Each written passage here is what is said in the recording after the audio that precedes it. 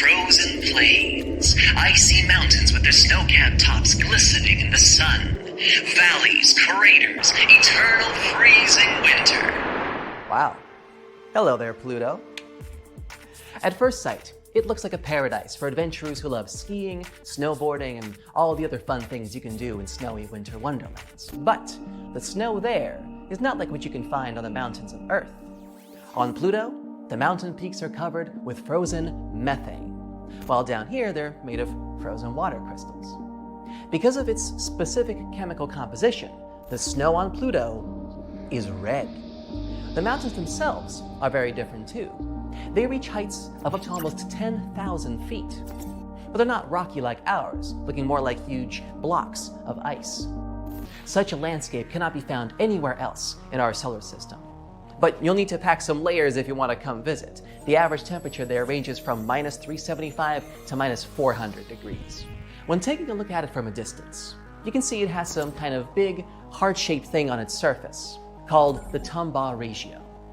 That's actually a vast plain the size of Oklahoma, or Texas, that's covered in nitrogen ice. Scientists discovered this heart actually makes the winds of the planet blow.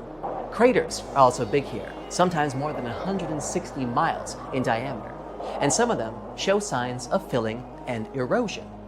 Erosion is when land is worn away by natural forces such as wind, water, and ice. It's the same process that formed many interesting things that you can see on the surface of the Earth, like valleys, coastlines, peaks, or mountains. The fact that some craters are there because of erosion tells us that tectonic forces must be slowly changing the surface of Pluto. 1/3 of its surface is water, but not the kind that we like to drink, more like a really hard frozen ice. Water is vital for the evolution of life, but not water that's this cold, so it's unlikely that any life has formed here. At least for now. But how do we know all these things about Pluto? Well, here's the basics. Astronomers discovered Pluto in 1930, and just like with plenty other moons and planets, they named it after a figure from Roman mythology, the ruler of the underworld. Pluto was considered the 9th planet of our planetary system until 2006, after which it was recategorized as a dwarf planet. Despite its recent demotion, it is still the largest and the oldest known object in this region of the Kuiper Belt, an outer shell full of other dwarf planets and icy bodies. New Horizons. That was the name of the very first space probe that astronauts sent to have a look at Pluto in 2006. It reached a distance of up to 7,800 miles. While there, it took some important photographs and collected lots of important information, and discovered some of the mysterious cosmic oddities found on the surface of Pluto.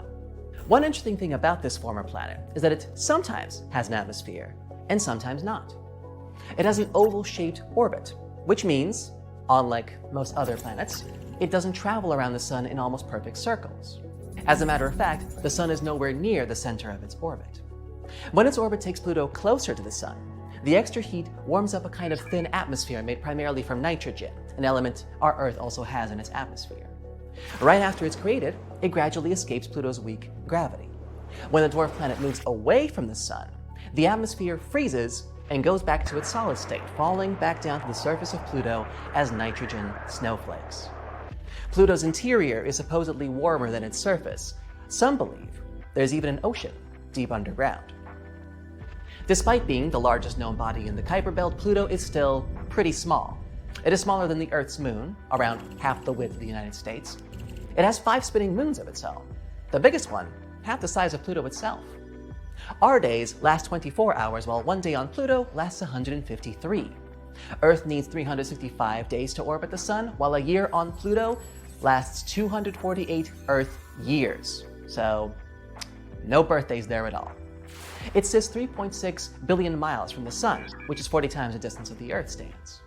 If you were standing there, on Pluto, watching the night sky, you'd see the sun as just one small distant star, indistinguishable from the rest. Since Pluto has been demoted, Neptune is now the most distant planet of our solar system. It's also pretty fascinating. It's actually a huge ball of ice and gas. Yes, it's the densest gas giant in our solar system, but you still couldn't stand or walk on its surface. You would simply sink in. But if you could stand, you'd notice that the gravity force is similar to what we have on Earth. Despite its impressive size, though, Neptune is not visible to the naked eye from here. It's the windiest and coldest planet. And 1 year there lasts 165 Earth years. Still no birthdays. It takes more than 4 hours for the light coming from the sun to reach Neptune's surface. Our next gas giant is Uranus. 1 year on Uranus lasts 84 Earth years, so you can maybe get one birthday in there, but you better make it count. Just like Neptune, Uranus can't be seen without the help of advanced technology. The rest of the 6 planets can. But you can still see all 8 of them with binoculars or a smaller telescope. Now, pause the video, see if you can make your astronomy teacher proud, and try to remember which planet comes next in order from furthest to closest to the sun. You got it? That's right, it's Saturn. A+. Saturn is the 2nd biggest planet of our solar system, right behind Jupiter. And another gas giant where you'd sink in if you tried to walk on it. It's so gassy, you could put it in a lake and it would float. They call it the jewel of the solar system because it has a big ring system that kind of looks like a crown. Its rings are made up of dust, pieces of ice, and rock. Some of those pieces are as tiny as a grain of sand, while others are bigger than tall buildings. Next on the list, and completing our gas giant quartet, is Jupiter. Scientists call it a failed star since it's mostly made up of helium and hydrogen, just like the main star in our solar system, the Sun. But Jupiter doesn't have a mass big enough to start the chemical processes that turn it into a star. However, it is still the 5th brightest object in the solar system, right behind Mars. You probably have seen it when stargazing sometime, you just had no idea what it was. Okay, picture all the other planets combined and double their mass. That's a lot of mass, but Jupiter still has more mass than that. It's also the fastest spinning planet, so it takes only 10 hours to complete a full rotation on its axis. Our day lasts 24 hours. Imagine how it would look like to squeeze sleep, work, family, friends, hobbies, movies, all that in just 10 hours. I guess I'd have to sleep once every other day if I lived there.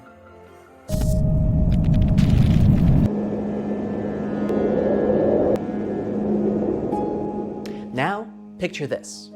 Magnificent tall mountains, giant dust storms, volcanoes, deep valleys, craters.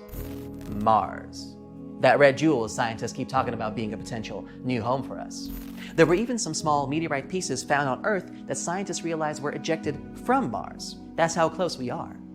If you love sunsets, you would definitely enjoy the ones here because they're incredibly blue, while the daytime sky is pinkish red. But when on Mars, you'd only see the sun at half its size compared to what we see on Earth.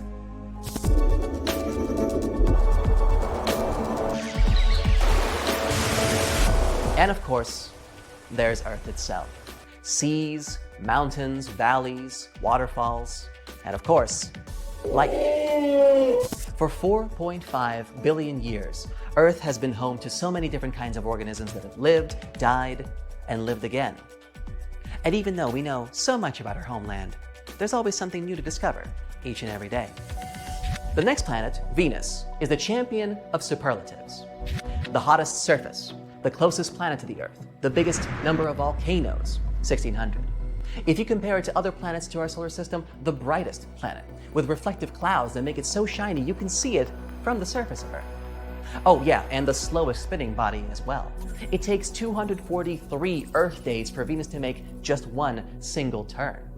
You could literally walk faster than the planet's rotational speed. Venus also goes in the opposite direction of Earth, so sunsets there are set in the east, sunrises in the west. And last, but not least, Mercury. It doesn't have any moons or rings, and it's the smallest planet in our solar system. A year there lasts only 88 days. So get ready to expand that birthday budget. Mercury is the planet the closest to the sun, but not the hottest. Venus took that title. Mercury is not the hottest because there's no atmosphere to trap the sun's heat there. But it does have wrinkles. Only 1/2 of Mercury's surface faces the sun at any given time, meaning there's an incredible difference in the temperature on either side, and of course these sides switch as the planet rotates. The iron core of this planet has cooled and contracted over millions of years due to the rapid change in heat, which is why wrinkles have appeared on its surface. Well, That's a brief tour of all the planets of our solar system. And one dwarf planet. Sorry, Pluto. Thanks for watching. Pluto used to be considered a major planet, but later was reclassified into something called a dwarf planet. Something too big to be an asteroid, but too small to be taken seriously. How rude. But recently, scientists began to discuss the mystery surrounding one of Pluto's moons. It turns out it might be even cooler than all of us. It might be a double planet system. Pluto is residing in the distant Kuiper Belt. It's a vast area in our solar system, like a big rocky suburb beyond the orbit of Neptune. It's filled with small icy objects, similar to Pluto, called Kuiper objects. They're leftovers from the early days of our solar system and give us clues about how it was formed. It's where many comets come from. You already know that it's small, but it's remarkable just how small it is.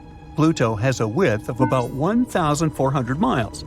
It's about half the size of the United States and smaller than our moon. Pluto's atmosphere is very thin and composed of nitrogen, methane, and carbon monoxide. Stinky. It's also very cold there, with average temperatures being around minus 390 degrees Fahrenheit. Its orbit around the Sun looks like an oval, and 1 year on Pluto takes around 250 Earth years. Pluto also shows a strange and unusual retrograde rotation because it's tilted on its axis, which means that it spins on its side. If you were standing on Pluto, you'd see a lot of high, icy mountains, valleys, plains, and craters. The Sun would be very dim and far away, and it would always look like twilight. It's a colorful planet, surprisingly. You would see a rainbow of pale blues, yellows, oranges, and deep reds. And the most adorable fact about Pluto is its famous heart, called Tombaugh Regio. Pluto was discovered super late in the 1930s, later than the rest of the planets. Initially, we thought that it's the 9th planet in our solar system. However, the more we explored the Kuiper Belt, the more we realized that it's full of these medium-sized objects. We found 4 more little planets just like Pluto: Eris, Ceres, Makemake, and Haumea. They all shared the same characteristics. And that's where we figured out that Pluto belongs to another family and created a category of dwarf planets. There are a couple of differences between these two categories. The first obvious difference is size and mass. Major planets are much bigger and more massive. They also have to be spherical, while dwarf planets might not be perfect spheres and might have weird shapes, like an egg-shaped Haumea, for example. And just like a regular planet, a dwarf planet orbits the Sun, but it doesn't have a clear orbit. Its orbit is full of debris and random objects. These are the only differences between the two. Well, as you can imagine, the reclassification sparked quite a controversy. People even made up a new term, Plutoed, which means downgraded. But although it might be sad that Pluto isn't a major planet anymore, we can look at it like a story about finding your true family. And finally, while standing on Pluto, you would see its 5 moons: Styx, Nix, Kerberos, Hydra, and the most mysterious one, Chiron, also pronounced Charon. So you can pronounce it however you like. I'm going to go with Charon. Now Charon is Pluto's largest moon.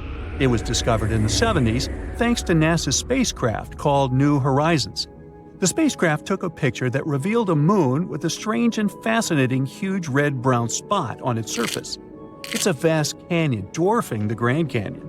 It seems that both Pluto and its moon can boast interesting formations on their surface. The thing about Charon is that it's very big for a moon. It's about half the size of Pluto. This makes scientists wonder, could it be that Pluto is a double planet system? The center of mass, or barycenter, of Pluto and Charon lie outside of Pluto. Normally, with planets and their moons, the center of the planet itself should be the center of the mass, with the moon orbiting around it. But in the case of these two, it seems like they orbit each other. Binary objects are quite common in the universe. These cosmic pairs form just like our moon, from giant impact events. But double planets are exceedingly rare, and we haven't discovered any double dwarf planets yet.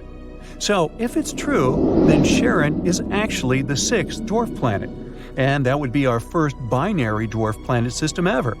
There's also another candidate, the dwarf planet Eris and its moon Dysnomia.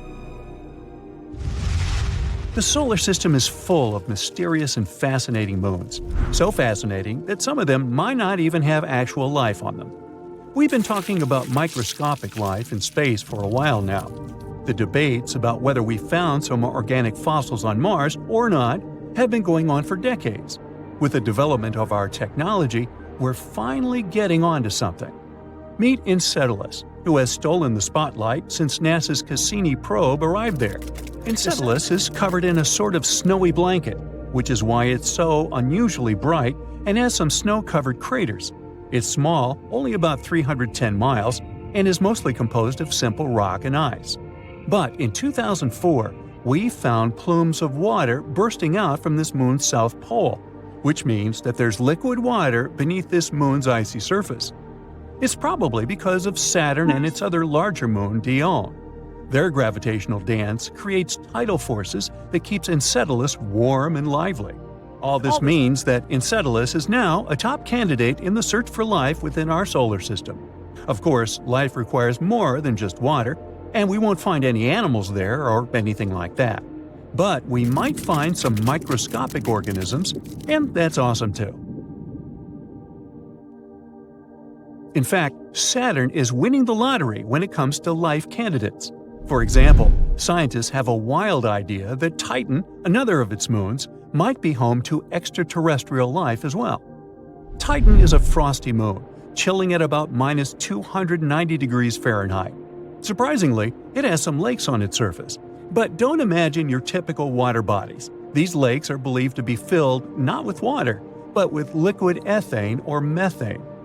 Back in 2005, NASA discussed that there might be life munching on chemicals like acetylene or hydrogen in Titan's lakes.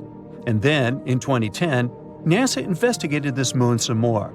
They found missing hydrogen and acetylene on Titan's surface, hinting at the possibility of something eating away at these substances. That's why some scientists dare to imagine methane-eating beings in Titan's freezing lakes. Moreover, they suggested that if these creatures exist, they probably have much larger cells than animals on Earth. What we could find there is something much bigger than a simple microbe, even something like a small animal.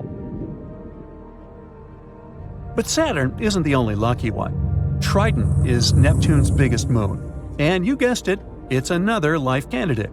It's an icy world with frozen nitrogen all over its surface and a crust made of water ice, again super chilly.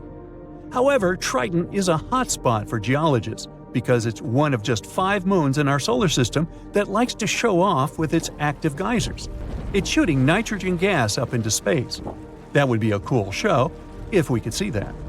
These geysers mean that Triton has some secret source of warmth, which means that, just like with Enceladus, there might be some liquid water underground on Triton. And if this cozy spot for life does exist, we might find some organics there. Unfortunately, sending a mission to explore these celestial bodies isn't easy.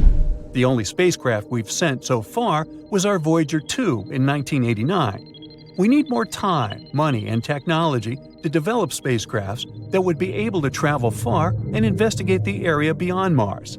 And even if we do, it'll take decades for this spacecraft to reach these places. In any case, let's hope that during the 21st century, we'll finally be able to fully explore our solar system and all its mysteries. Pluto, an ex-planet and now the most famous dwarf planet in our solar system, is hiding somewhere far, far away in its dark corner. The temperature of Pluto's surface is freezing. I mean, wow! At first sight, it's just a distant, icy, and barren celestial body. But could Pluto be hiding something? Maybe even life? Scientists found out that, despite it being so far from the Sun, its interior is still warm. It's been that way ever since Pluto formed. Under the haze-layered atmosphere of Pluto, there's a frigid surface full of craters and impure water ice. There's also a large impact basin flooded by frozen nitrogen. And below that icy crust could be an internal ocean. When the surface of a planet stretches, it mostly leaves many fractures behind. The same goes with Pluto. You can see there are numerous cracks across its water-ice crust. They're of all ages. Some even possibly date from 4.5 billion years ago, from the times when Pluto was still forming. The dwarf planet probably grew because it slowly accumulated small pieces of icy material. It condensed during the time when the outer region of our solar system was forming. This process was going intensely and fast enough to melt the base of the icy layer.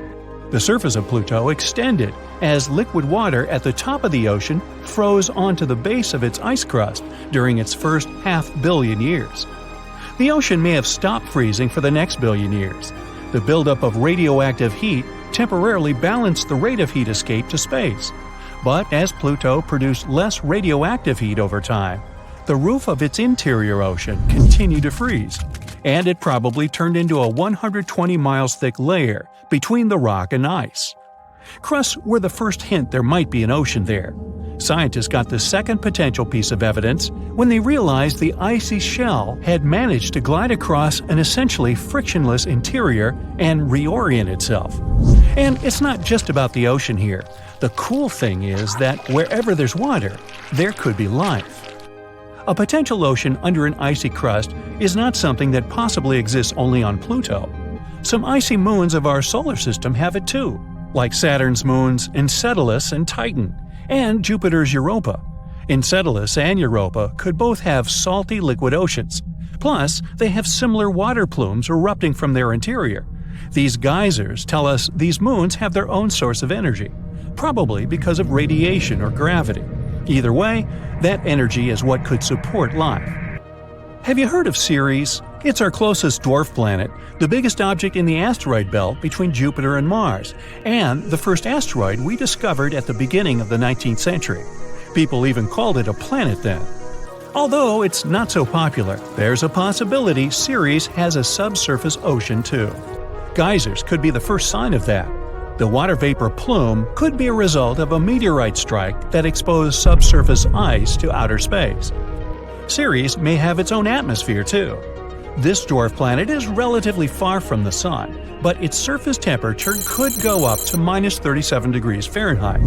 At these temperatures, if there was water ice at its surface, it would quickly change to gas, and this could create an atmosphere around this intriguing dwarf planet.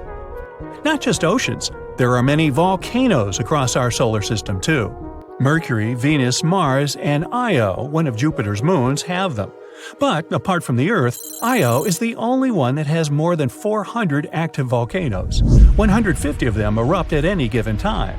Scientists suspect there could be some volcanic activity on Venus and Jupiter's moon Europa too. But they can't check if that's true because Venus has an extremely thick atmosphere and Europa has a thick ice shell. And even though volcanoes in other spots are no longer active, we know they used to be because of specific landforms they left behind: hills, valleys, plains, mountains, and especially lava channels. It's like when you're watering your plants on the front porch, you see water flowing down your sloped driveway along specific pathways. This creates small channels, a lot like lava does. Our moon may have also had active volcanoes back in the age when dinosaurs were still roaming around. If they had had telescopes, they might have seen something spectacular: lava fiercely oozing from the surface of the moon. Astronauts took images of Ina, an unusual volcanic deposit on the moon, and there are 70 similar patches in the volcanic plains they found on the side of the moon that faces our planet. Some of them are over 1 billion years old, but some could have been formed less than 100 million years ago, and dinosaurs went extinct 66 million years ago. Speaking of dinosaur extinction, could Jupiter have been the main culprit for that? No one knows where this space rock that hit our home planet 66 million years ago came from, especially with such force. It left a crater off the coast of the Yucatan Peninsula in Mexico, and it probably caused earthquakes, tsunamis, and fierce volcanic eruptions that brought troubles not only to dinosaurs, but to nearly 3/4 of all animal and plant life on Earth. But some believe Jupiter was the one that flung the comet into the Earth. Gravity is a tricky force that can make the solar system act like a big pinball machine. Jupiter is our most massive planet, which means it has extremely strong gravity.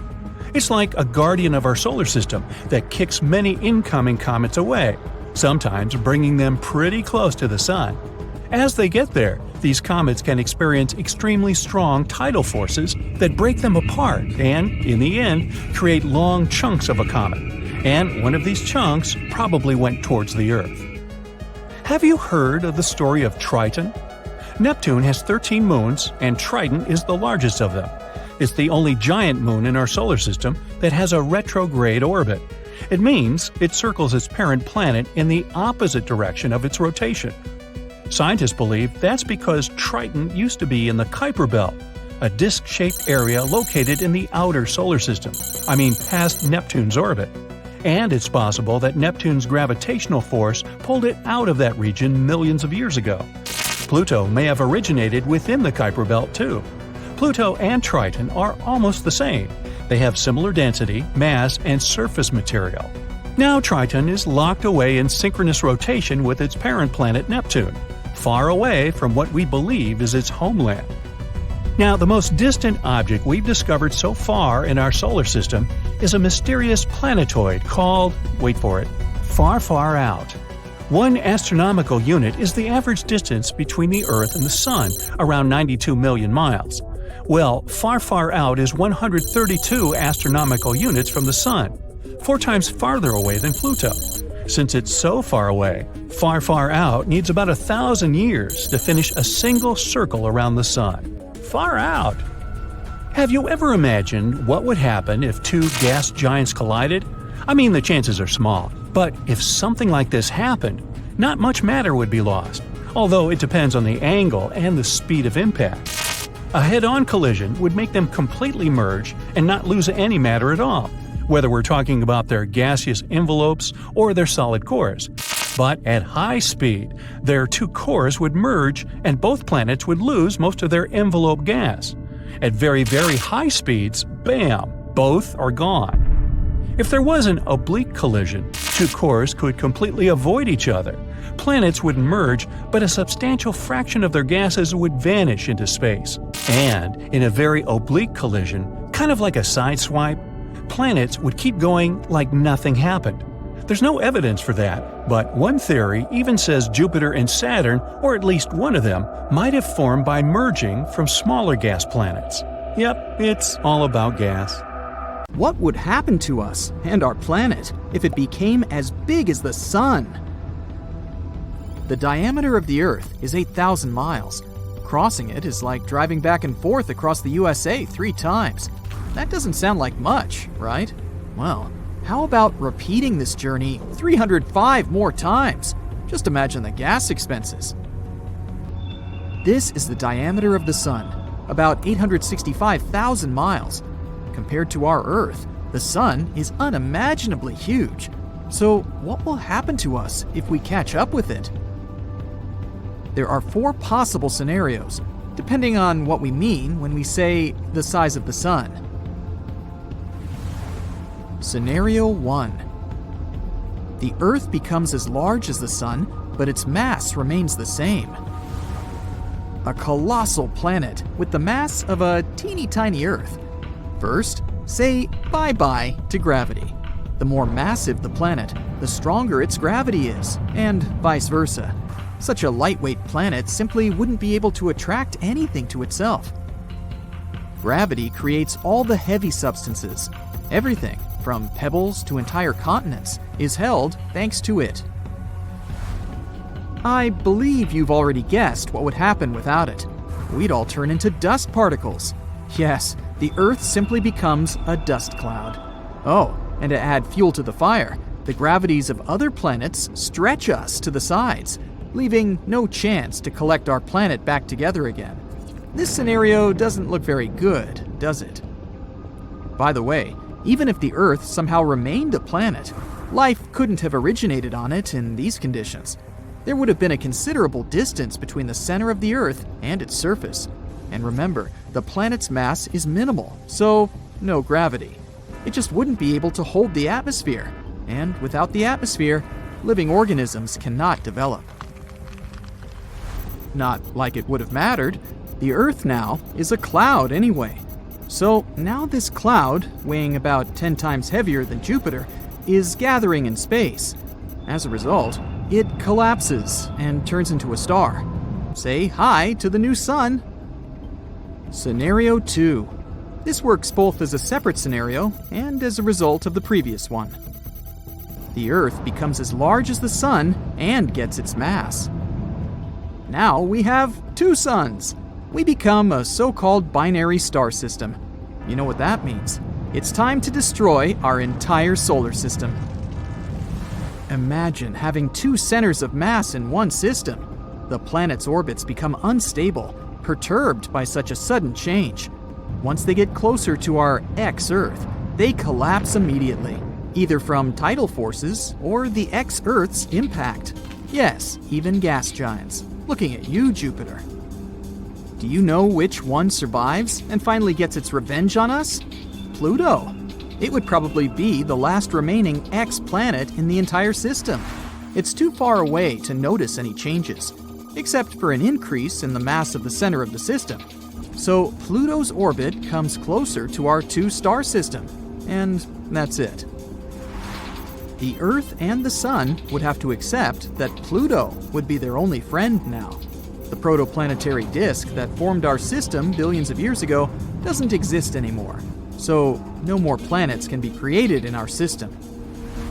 That's all well and good, but what about the Earth itself? What would life be like? Let's see. The nights and days now last longer because of the increase in the Earth's rotation time. There is probably a significant temperature drop in the north and south poles. Even on our current small planet, they get sunlight scarcely. So if the Earth's size increased, the area of the poles receiving sunlight would decrease even more. On a positive note, there's a lot more space now. No more overpopulation. The planet's size is so huge that it would take you years to get from one point to another. Yeah, if you think about it, we'd probably be very lonely there. But hey, who knows? Maybe rockets would become our primary means of transportation. Yeah, that would have been cool. There are many vast uncharted areas that no human ever saw or visited. We also wouldn't know about the existence of many different civilizations and tribes.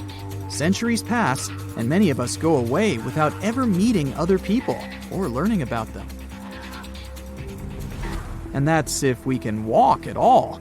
Our bones cannot support our weight with such a considerable gravity, and our hearts have to work twice as hard to keep us alive. The birds can't fly anymore. Nothing can, precisely.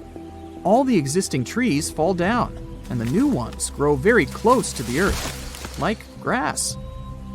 Talking about the trees, how is our ecosystem doing? Well, not good.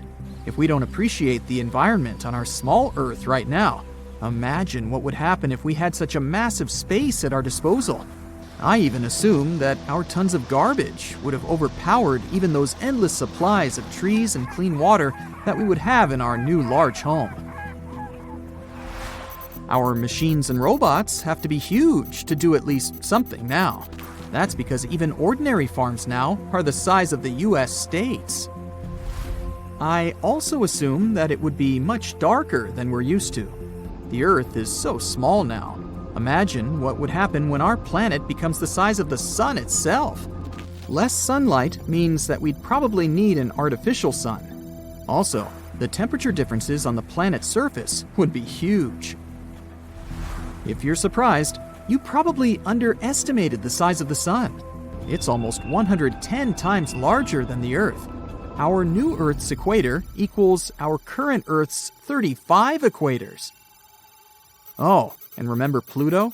Well, it's our only moon now. The first one would have probably crashed into us a long time ago, making us share the fate of the dinosaurs. In that case, all the water would likely evaporate from our planet. Anyway, there are thousands of bad possibilities, but let's just move on and focus on something good. Scenario 3. Same thing, but the Earth retains its density. Now this one is interesting. We're no longer a planet. We're a star now. In fact, we became even more massive than the sun. our planet now has a 3.9 solar mass because we need to balance our low density somehow. In short, it would be almost the same as in scenario 2, but with more interesting long-term consequences. Since our Earth became 4 times as massive as the Sun, it would have burned its fuel quicker. Then it would evolve, and depending on the mass of its core, it either becomes a supernova or just blows off its outer layers to form a planetary nebula. If it goes supernova, the Sun that was so close to us blasts, and now there is just our ex-Earth, a lonely ball with a teeny tiny diameter of 12.5 miles. We're a neutron star. That is, a star made of degenerate neutron matter. That thing is ultra dense and spins very quickly, so you'd better stay away from it. If the Earth becomes a nebula, the Sun collects all the dust and adds it to its mass. Now we have a slightly more massive Sun and a white dwarf. The time passes, and Grandpa Sun lives out his life. It becomes a red giant after depleting the hydrogen in its core. It starts expanding and leaves its material, mostly hydrogen, on the white dwarf. That's us. When the matter reaches high enough temperatures and pressures, nuclear fusion happens. We become a nova. Yay, we're a star again. A lonely one, but a star nevertheless. So what happens next? You see, a star is a battle of opposing forces. One of them is gravity, which tries in every possible way to compress the lead into a small ball as much as possible. The second is a pile of fuel in the star's core, which, while burning, forms tons of energy and substantial hot temperatures. As long as these forces are in balance, the star lives. But when the star's fuel runs out, the star cools down. The pressure inside it drops. This means gravity has won. It squeezes the star with all its might, and as a result, the star goes, hooray!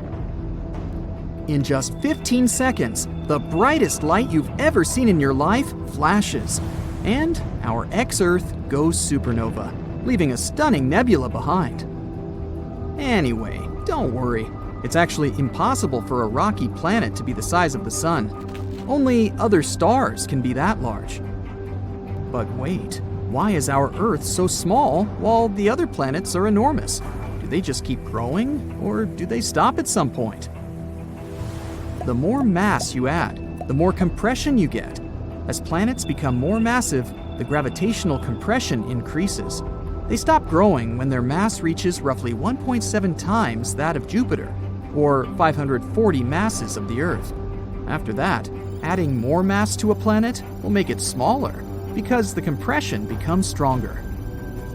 In other words, our little thought experiment is impossible. This is Neptune. The next stop is Pluto. Stand clear of the closing doors, please. One day, with top-notch future technologies, one stop from Neptune to Pluto won't seem much further than Times Square from Bryant Park today. There are huge ice mountains on Pluto, valleys that go further than your eyes can see, 160-mile large craters, almost as big as the largest one on Earth, and no life. The reasons are obvious. The long distance between Pluto and the Sun guarantees freezing temperatures on that dwarf planet. It also ensures a trip of a few billion miles. Plus, it's smaller than the Moon, so it would get crowded very soon if people started dwelling there. Still, there's one reason which makes life there not that far-fetched.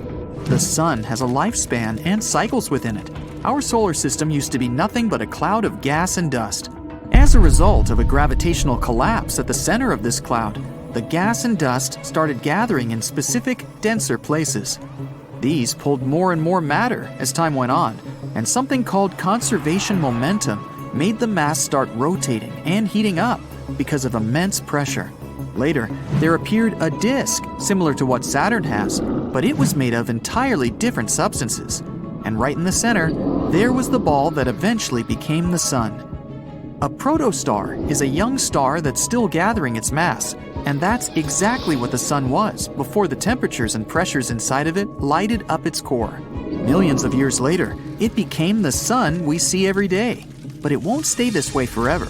It will heat up even more and eventually get bigger and denser, turning into a red giant. It may one day get big enough to swallow up Venus and Mercury. Chances are, it might swallow even planet Earth. Even if it doesn't devour our planet, the sun might get close enough to touch us. Well, if this happened, life on Earth wouldn't be possible. But then, in just a few minutes, the sun loses about 40% of its mass and shrinks about 10 times what it used to be. It's not as bright, and indeed, not as hot as it used to be. By this moment, Earth will have already been deserted. People might want to start traveling around space or settle down on another planet where life is sustainable, like the exoplanet Kepler-62f, which, by the way, is even bigger than Earth. While all of this was happening, Pluto was changing. Before, every resource was frozen inside of the dwarf planet. Water, gases like methane, carbon monoxide, you name it. But as the sun was reaching its peak luminosity, Pluto was slowly warming up and losing a lot of what it had to the vastness of space. At the same time, an atmosphere formed up. If the atmosphere gets thick enough, it would create favorable life conditions. Then, instead of spaceships, a tiny percentage of us would be able to set up colonies on the dwarf planet. The temperature is comfortable there, almost t-shirt weather. It even resembles Earth a tiny bit. Canyons filled with water, beautiful endless fields with trees, and lots of space to run around, and mineral water pockets on the ground, good enough to drink. Pluto's rotations are different than Earth's. An Earth day is 24 hours, and sometimes it still feels like it never ends. But on Pluto, a whole rotation around the sun takes 153 hours, because it's pretty far away from the sun. After several hours without sleep, we get tired and our eyes get red. It means we'd have to take several naps throughout the day on Pluto. A year on Pluto equals 248 Earth years. Unless we come up with some sort of technology to get us to live that long, our entire lifespan would be less than half a year on the dwarf planet. So, houses on Pluto might need to be equipped with cryo chambers. Whenever you feel like dreaming for a long time, you jump in it and wake up 50 Pluto days later. On the dwarf planet, there are also seas and beaches, so it's just like a tiny Earth, far away from the actual Earth. The food on Pluto could be tastier. We might find a way to make the ingredients more savory and even try to grow them faster during the trip. You plant a carrot, and 2 days later, it's ready to be in your salad. There could also be new ingredients for our salads on Pluto. Maybe 2-meter-tall mushrooms we've never seen before. The animals we would take with us on the trip would get released into their new home forever. And with time, they would evolve and adapt to their new environments. The law of the jungle could change a bit too. Lions might not be kings anymore. Deer are. Their antlers are twice the size of what they used to be. But to be fair, so are the deer. Most of the animals that were already here used to live underwater. But with time, the amphibians started shifting to the surface, just like Earth at the beginning of life. Pluto could only be a temporary home though. Once the sun has finally reached its final phase, Pluto would get frozen and lifeless again. People instead would need to try to find a planet that stays in the Goldilocks zone of another galaxy. The Goldilocks zone is the exact proper distance from the star like the sun, where the temperature is perfect for the water to stay liquid. It's the rule scientists search for when looking for other planets that can sustain life. We can try setting new colonies on one such planet, or even try to set up our own artificial home, not exactly a planet or a spaceship, but a combination of both.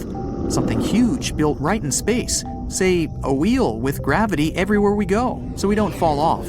It would float in space toward the new exoplanet, capable of fitting entire states in. This whole trip might happen just because the sun first grew too much, and then, having reached the culmination of its life cycle, it would finally become a white dwarf.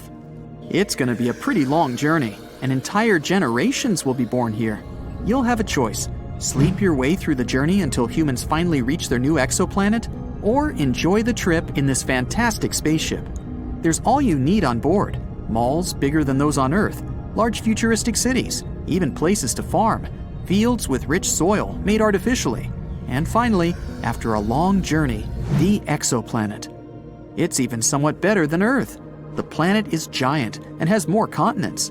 The continent's center isn't as far from oceans, which means there aren't as many desert areas. Though the sun of this planet is an orange dwarf, it's not as hot as our yellow dwarf sun today. It's a bit smaller, But here's the kick. Orange dwarfs live somewhat longer. They remain stable for between 15 billion and 45 billion years. Despite that, this new planet is full of rainforests because the planet itself is warmer. It means more biodiversity and creatures we've never seen before. But even if nothing out there is suitable, we could try and terraform this planet instead. If we take Mars as an example, we could create a greenhouse effect by smashing ice-rich comets and releasing ammonia in them, making the planet warmer. We could also start planting trees. We'd probably need some Earth soil to do that, or we'd have to modify Mars's soil to be similar to ours. Sooner rather than later, the atmosphere would be close to the one we have on Earth. We'd be able to breathe too, because of the trees. Then, we can melt Mars's polar ice caps and voila, water. The problem is the solar winds and sun explosions that might strip it of an atmosphere just as quickly as we can create one, if not faster. It has no magnetosphere either, which means it can't protect us from radiation, so long-term Mars wouldn't be a good choice. Maybe out there, in the vastness that is space, there is a perfect planet waiting for us. Frozen plains, mountains with white peaks glistening in the distant sun, and rustic red snow. Welcome to Pluto, where nothing makes sense anymore. Looking at it from a distance, the ice ball planet is mostly predictably winter shades of white and light blue. Once you land on the surface, you'll notice familiar blue skies as well. But see that whale-shaped red stain running along the equator? Right there to the left of the white heart-shaped region, there she blows. This spot is bigger than Alaska, and it's a mystery to scientists. That's not red clay soil or anything you'll see on Earth. That's Pluto's version of ice. Scientists believe it's red because the atmosphere drops this strange soot-like chemical called tholin on the surface. It's the same stuff that explains the red cap on Pluto's moon, Charon. Now, let's zoom in closer on the whale. Oh look, we have a mountain range. Yes, Pluto's red ice is like rock, hard enough to form entire mountains. Those white peaks standing out against the dark red aren't snowy caps like we have on Earth. That's frozen methane. For such a small planet, Pluto's mountains are epic, bigger than Everest and made entirely of ice. Such a bizarre landscape can't be found anywhere else in our solar system. Yeah, Pluto's a pretty harsh cold place. Temperatures there can dip to minus 400 degrees Fahrenheit. The coldest ever recorded on Earth was in Antarctica, a measly minus 135. Now let's head back to the heart of Pluto. That's actually a vast plain covered in nitrogen ice. Scientists discovered that Pluto's heart makes the winds on the planet blow. Craters are also big, and some of them show signs of filling and erosion. That's something that happens right here on Earth. When land is worn away and shaped by natural forces like wind, water, and ice, that's erosion. So, what makes all this so special on Pluto? It could be evidence of tectonic plate activity. You know, big plates of land surfing on liquid rock, forming mountain chains, breaking continents apart, putting them back together. That's something scientists so far have only ever seen on Earth, not on any other planet in the solar system. Now, looks like Pluto could be more like our own planet. That, and there's water on Pluto, 1/3 of its surface in fact. But of course, it's not like Earth water. It's more like a rocky slushy. Yum. Still, no signs of life out there, at least not for now. It's taken a long time to get the little information we know about Pluto. It was first discovered almost 100 years ago and deemed the 9th planet from the Sun, until 2006 when its official planet membership card was revoked. Poor Pluto. It was dubbed the biggest dwarf planet in the Kuiper Belt, a region outside our solar system full of other dwarf planets and icy bodies circling the Sun. A few months before that, they launched the New Horizons mission. It was the first space probe researchers sent to Pluto in 2006. Zipping at over 35,000 miles per hour, that's 45 times the speed of sound, it still took the probe almost a decade to reach its destination. That's how far away the tiny planet is. In fact, Pluto is nearly 40 times the distance from Earth to the Sun. If you were there looking up at the sky, you'd see the Sun as a tiny dot like any other star in the sky. Once New Horizons finally reached Pluto in 2015, it got close enough to get some incredible pictures of the surface. It also collected important data and observations, like those strange red spots and that heart-shaped region. But Pluto gets even stranger, especially its orbit. Most other planets go around the Sun in almost perfect circles with the Sun close to the center. The Sun is nowhere near the center of Pluto's orbit, and the orbit is so stretched out that Pluto sometimes crosses into Neptune's path and gets closer to the Sun than the blue gas giant. So, the unusual effect of the strange orbit? Pluto sometimes has an atmosphere and sometimes not. When it's closer to the Sun, a thin atmosphere of nitrogen forms. But once the planet starts moving further away from our Sun, the atmosphere freezes and falls to the surface in an ice storm of epic proportions. Pluto is probably a lot smaller than you imagine. If you put it on a map of the Earth, it would only span about halfway across the US. Yet this little planet has 5 moons spinning around it. And life on Pluto would be one endless year for us humans. Imagine no birthdays your whole life. Since it was discovered in 1930, we still haven't seen it complete a full circle around the Sun. 1 year on Pluto is 248 Earth years, and we'll finally see that happen on March 23, 2178. Mark your calendar. Since Pluto got kicked out of the official planet club, Neptune became the last one in line. It's actually a big ball of ice and gas. So, like with the other gas giants, if you tried to land on this planet, you just keep going deeper and deeper into seemingly endless clouds and atmosphere.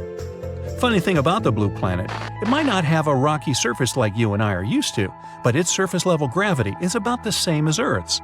Same can't be said for any other planet in the solar system. As we make our way closer to the Sun, we pass the next gas giant, Uranus, that non-conformist planet that goes around the Sun basically rolling on its side. One full orbit is 84 Earth years, so you might be lucky enough to celebrate your first birthday in your whole life there. Only one party, so you better make it count. And now we approach the jewel of the solar system, Saturn, the second biggest planet after Jupiter and another gas giant where you'd sink in an endless atmosphere if you tried to land a spaceship there. Saturn is the least dense planet of them all, meaning if you put it in a giant glass of water, it'd float. Those famous rings are made up of dust, ice, and rock. Some as tiny as a grain of sand, others bigger than houses. But get this, Saturn's rings are raining down on the planet, enough to fill an Olympic-sized pool in a half an hour. At that rate, the famous blue ring system will disappear completely in 300 million years. By the way, Neptune, Uranus, and Jupiter also have rings. They're just not as visible and bright as Saturn's. Imagine combining all the planets into one. Now make it 2 times bigger. Still not as large as Jupiter. Scientists called it a failed star, since it's mostly made of helium and hydrogen, just like our Sun. But jumbo-sized Jupiter still isn't massive enough to kickstart the chemical processes that could turn it into a star. It's the fastest spinning planet, so it takes only 10 hours to complete a full rotation on its axis. Imagine trying to squeeze sleep, work, friends, hobbies, movies, shopping, your whole routine in less than half an Earth day. Magnificent tall mountains, the highest in the entire solar system. The most epic dust storms ever. Deep valleys, craters. I'm talking Mars, our potential home in the future. If you love sunsets, you'd definitely enjoy Martian ones. They're incredibly blue, while the sky throughout the day is pinkish red. Even though Mars is our closest neighbor, from the surface, the Sun would look half the size it does from Earth. So, not as close as it seems. Oh, and if you always dreamed of becoming a basketball player, Mars is your place. The red planet's gravity is only 37% of Earth's, so you jump 3 times higher there. Venus is a planet of extremes. The hottest surface, the most volcanoes, the brightest planet, and the closest one to Earth. It's also the slowest spinning and barely rotates, making a day on Venus last 243 Earth days. You could literally walk faster before the planet makes a complete turn. Venus also rotates in the opposite direction that Earth does, so sunrises are in the west and the sun sets in the east. Mercury. It doesn't have any moons or rings, and we're talking about the smallest planet in the whole solar system. A year lasts only 88 days, so if you live there, you'd have a lot of birthdays. Mercury is the closest planet to the Sun, but it's actually not the hottest. That prize goes to Venus. Temperatures on Mercury don't get as high as on Venus because it doesn't have an atmosphere to trap heat from the Sun. What Mercury does have is wrinkles. Its iron core cooled and shrank, causing the surface to contract too, and leaving all those wrinkles. like that, or because it's so close to the Sun with no SPF. Maybe.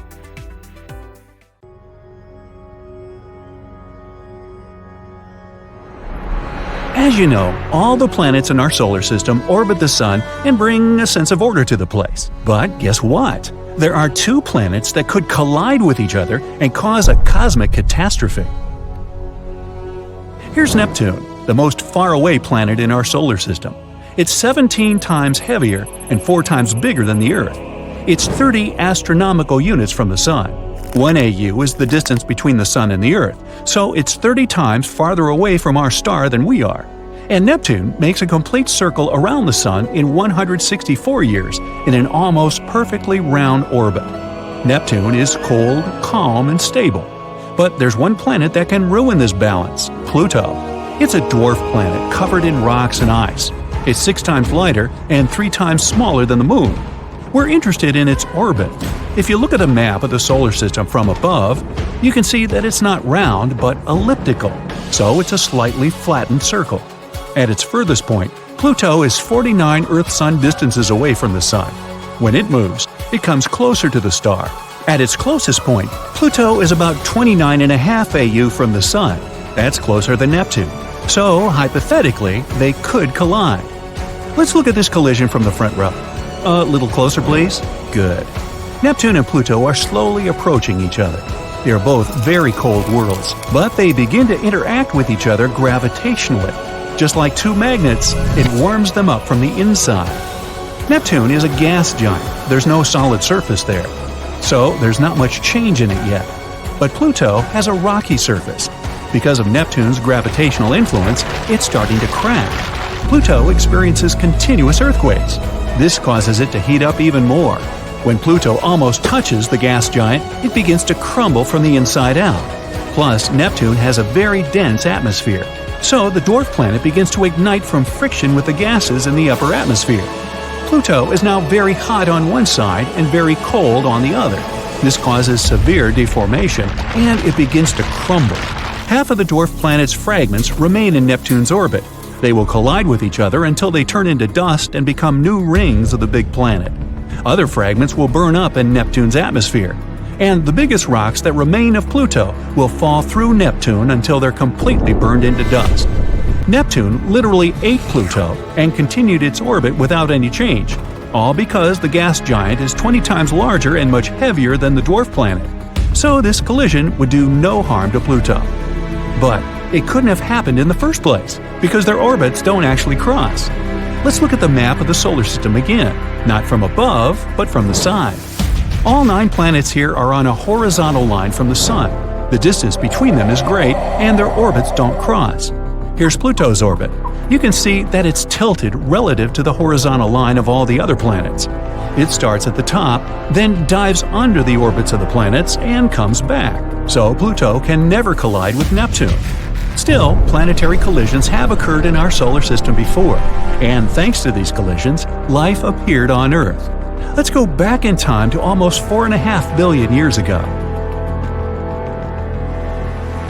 This ball of hot lava is Earth. It just formed from a cloud of dust and began to cool. But then, a wandering planet the size of Mars appeared on the horizon. It's called Theia. It was inevitably approaching our planet. The collision with Theia happened at a perfect angle. If Theia had hit us head-on, both planets would have been smashed to pieces. But it hit us almost at a tangent. Theia knocked some of the matter out of the young Earth and crumbled into rubble itself. It could no longer continue its journey because the Earth caught it in a gravitational trap. A large fragment of this planet remained in our orbit. Smaller fragments crashed into each other, falling to Earth or joining the remains of Theia. The dust settled, and we can see the familiar picture: the Earth and the Moon. This is the main theory of how it came to be next to us. Scientists say that it was this collision that caused life to appear on Earth. Theia brought a lot of ice on it, which turned into water on our planet. The new moon stabilized Earth's rotation, and conditions on the planet became perfect for the emergence of life. Another collision could create a blast wave that would spread out thousands of light years. Stellar collision. This usually occurs in binary systems with a white dwarf and a regular star like our Sun. A white dwarf is the remains of a star that has gone out. As the stars get together, they start to move around each other in a spiral-like dance. The white dwarf pulls down the upper layers of the larger star. This hot plasma and stardust form a luminous disk. The two stars get closer and closer. When they finally merge, this causes a chain reaction in the core of the hot star. The massive matter presses on the star's core too hard. This causes the innards of the combined star to heat up even more, and it expands, creating a supernova. This is one of the brightest events in the universe. The light from the explosion can be seen hundreds of light years away. Another spectacular view is the collision of a star with a black hole. Black holes are the heaviest objects in the universe, and their gravity is incredibly strong. So, when a star and a black hole get close, the black hole starts eating the lighter matter of the star. The hot plasma, like spaghetti, heads toward the heart of the black nothingness. For an observer, this plasma seems to settle on the very edge of the black hole. It's called the event horizon. The thing is that time is much slower near such a heavy object, so we think the matter stays on the event horizon, but in fact it's long gone into the heart of the black hole. As they get even closer, the black hole starts to literally tear the star apart and swallows it whole. At this point, the black hole spits out about half of the star's mass in the form of a beam of energy right out of its black heart. The other half of the star's mass becomes the black beast's food. We know of many black holes in our universe. The heaviest of them usually lies in the centers of galaxies. They can be millions of times heavier than the Sun. But what would happen if two black holes collided with each other? Our scientists had the opportunity to observe such an event. Two black holes weighing 66 and 85 solar masses gradually approached each other. They danced together, bending the light passing by them. But then they merged into one enormous black hole, weighing 142 solar masses. That same second, the new black hole released gravitational waves into space with an energy of 9 solar masses. Scientists were able to catch these waves and observe the merging of the two black holes from the front seat. But this event actually happened about 17 billion years ago. We're only now seeing it because the particles of light and gravitational waves took so long to travel the distance of 17 billion light years to Earth. Now consider a galactic scale collision. Literally, it's a collision of the Milky Way and the Andromeda galaxy. This event will happen in 4.5 billion years, so stay tuned. The Milky Way has almost 100 billion stars. Andromeda has about 1 trillion. As the galaxies approach one another, they'll make several circles around each other. At that time, some stars may be ejected from the galaxies like from a slingshot. Then Milky Way and Andromeda will begin to merge. One scenario here is that our solar system will collide with another star system from Andromeda. In this case, there could be a stellar collision and a supernova afterwards. Our world would be destroyed. Another option is that the Sun would be ejected into dark space. In this case, we may not even notice the difference. All we'll see on Earth is a gradually disappearing starry sky, as our solar system will travel through dark space away from the home galaxy. But the most likely scenario is when the galaxies merge, it'll be completely painless for us. In fact, the space is very wide, and there's room for all the stars from both galaxies. The only difference is that we'll see a lot of new stars in the night sky, along with flying saucers from Andromeda. Nah, not really. But it's not the collision of galaxies that we should be worried about, it's our Sun. In 4.5 billion years, it'll become a red giant. It'll expand, swallowing up the nearest planets. Earth will probably be the first planet near the Sun.